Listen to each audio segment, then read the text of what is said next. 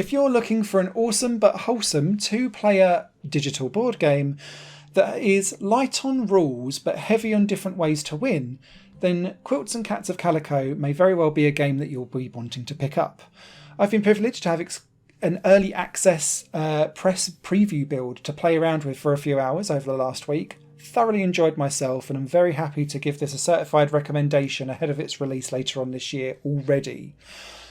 And the reason why I really enjoyed this is that it looks really simple and like sillily simple on the surface, but there's actually some interconnected rules, and there's only a few of them, but they all can score you points or totally do you over, depending on how you forward plan and make each move count.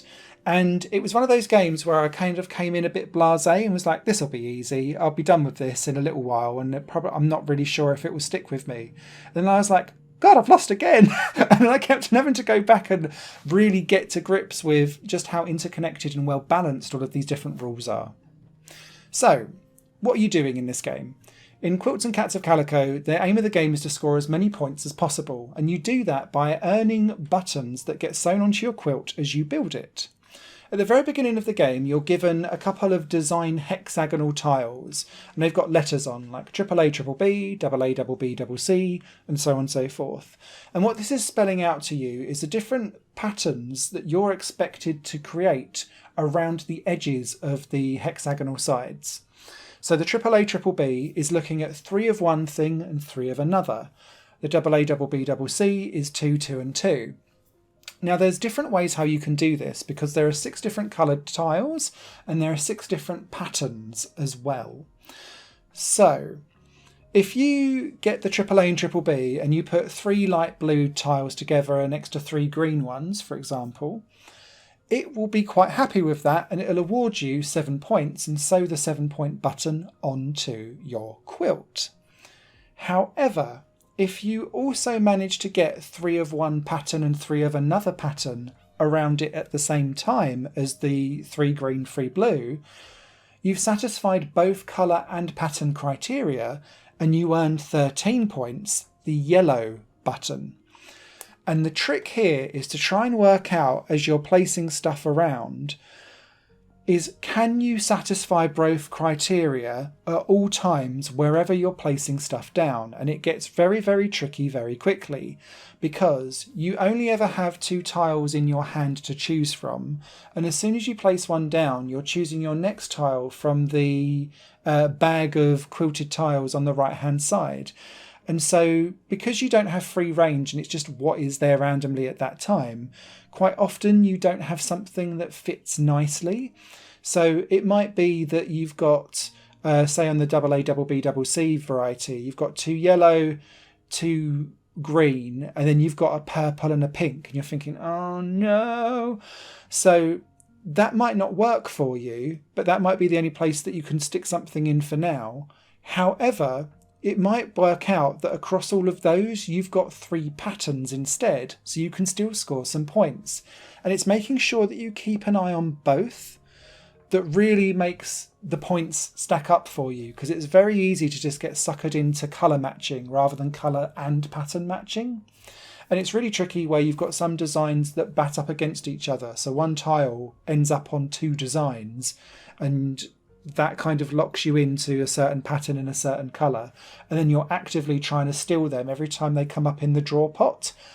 But the problem is that your opponent is pulling from that same trio, so if they know what you're after, they could be really crafty and sabotage you, or they could also be doing a very similar trick and need that as well, so you're kind of hoping that the tiles fall in your favour. That's not the only way to win points and buttons though. On the left-hand side of the screen, you've also got these cat portraits, and that's pulling over from the Calico game series. And they're randomly placed with the 6 different patterns of the tiles on the left-hand side. Now, each cat portrait will have a hexagonal pattern on them, usually like a horizontal line or a 3 and 2. And what it's asking you to do is, for extra bonus points, make that shape with one of those patterned tiles.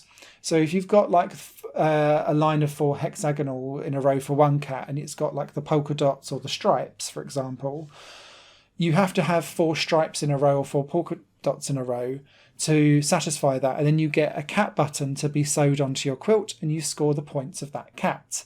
Obviously, the bigger and more complex the pattern, the harder it is to do, but the more points it is to win.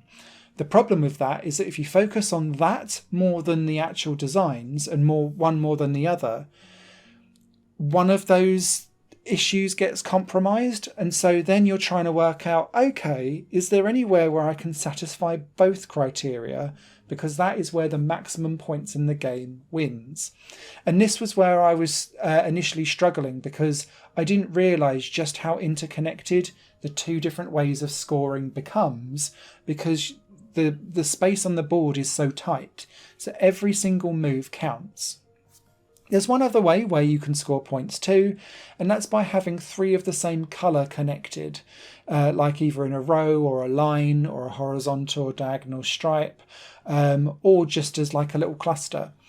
That gets you an extra button sewed on and an additional 3 points, and those are helpful over time.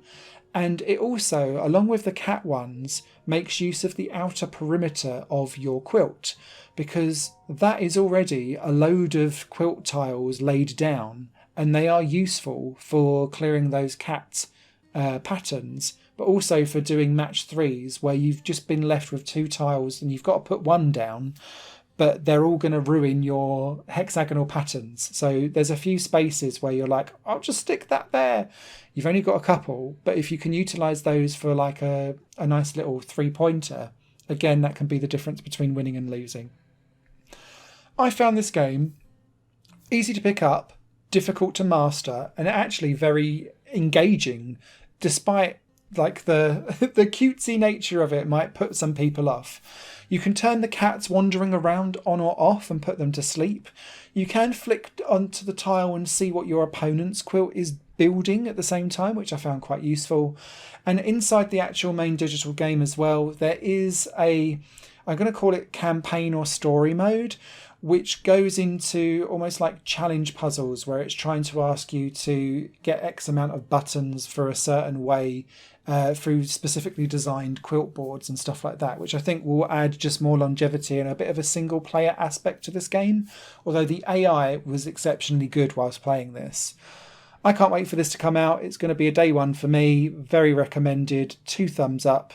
And yeah, I just think it's so unassuming, but very, very playable. So yeah, Quilts and Cats of Calico, coming out later in 2023. Higher Plane Games is part of the Higher Plane Network, a completely independent media outlet supported by people like you.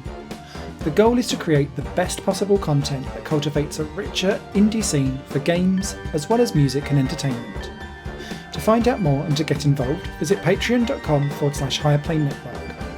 Your support makes all the difference, and in return you'll gain access to bonus content and downloads. Thank you for watching.